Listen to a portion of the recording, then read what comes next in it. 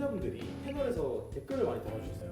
네. 그래서 Q&A 시간을 가져보고 한번 준비해봤는데요. 네. 원장님 채널에 찾아온 환자님들부터 질문 드려보겠습니다. 네. 자, 읽어드리겠습니다. 부산 거주 50대 후반 남성입니다. 전방 십자인대 완전 파열로 3분의 1. 이게 3분의 1이 아니라 1월 3일이 아닐까요 혹시?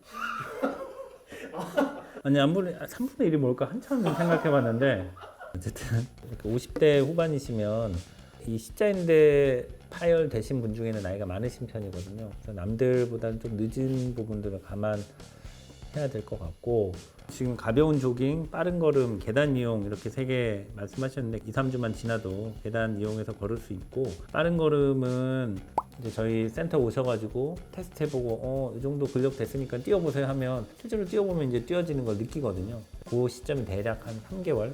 계단 올라가는 게 제일 부담이 적나요? 수술한 다리로 내려가 딛는 거는 조금 힘들겠지만 딛고 올라가는 거는 큰 부담 없이 할 수 있죠. 빠른 걸음보다 오히려 그게 나아요. 네. 재건술한 지 이제 막 1년 됐는데 요즘에 안면 체력 뛴다고 아직 아시는데 괜찮은 건가요? 네, 괜찮습니다. 네. 물론 환자에 따라서 핀 때문에 그게 이물감이 좀 있어서 불편해하는 분들이 있거든요. 그런 분들은 굳이 뭐 2년, 3년까지 기다리지 않고 빨리 빼는 경우도 있습니다. 1차 수술 때 잘못돼서 수술 한 번 더 한 케이스인데 의사 선생님도 노력하셨겠지만 안타까운 건 어쩔 수 없습니다. 저는 MPF의 재건술을 받았는데 이 수술 예후는 어떤가요? 네, 일단 MPFL이라고 하는 거는 미디얼 파텔로 피모랄 리가먼트의 약자입니다.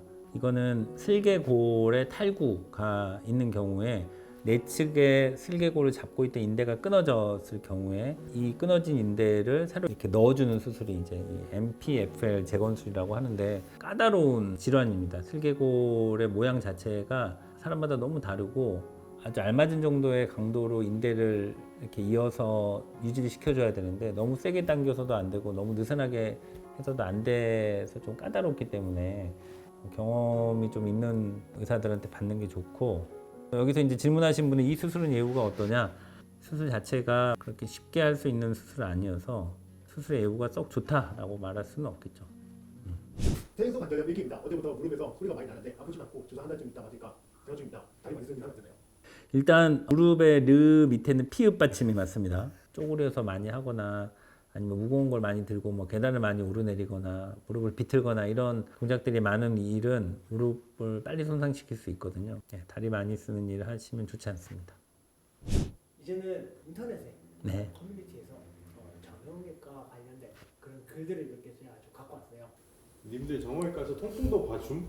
통풍도 뼈와 관련이 있는 건가요? 정확히 말하면 통풍성 관절염이거든요.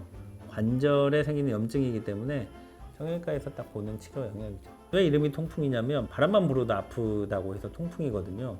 정말 아픕니다. 미칠 듯이 잠도 못 자게 아프고 막 이런 정도 아프다. 그러면 통풍이라고 좀 생각을 할 수 있겠죠. 통풍이 제일 많이 오는 데가 엄지발가락, 무릎, 발목 이렇게 됐거든요.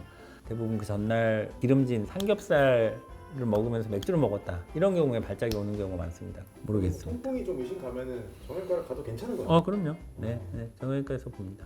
네. 내성발톱 정형외과 초기 단계에서는 피부과나 정형외과나 똑같이 할 수는 있거든요. 근데 내성 발톱도 단계가 진행하면서 발톱이 심하게 안으로 파고들어서 염증이 많이 생기고 이러면 피부과에서 감당이 안 되죠. 이거는 발톱을 안에서 다 잘라내고 안에 뿌리까지 긁어낸 다음에 다시 봉합을 해줘야 되기 때문에 그거는 피부과에서 볼 수가 없습니다. 좀 심해지면은 정형외과로 가는 게 좋은 거예요. 처음부터 정형외과에 가셔야죠. 그러면 바로 뭐 내성발톱인 것 같다 하면 바로 점프로 뛰어오면 되나요? 그럼요. 발톱도 뼈라고 하는데 발톱 뼈입니까? 뼈 아니죠. 발톱은. 네. 앞뼈 아닌가요? 뼈는 뼈고 발톱은 발톱. 이 허리 아픈데 정형외과를 가야 되나 신경외과를 가야 되냐? 네.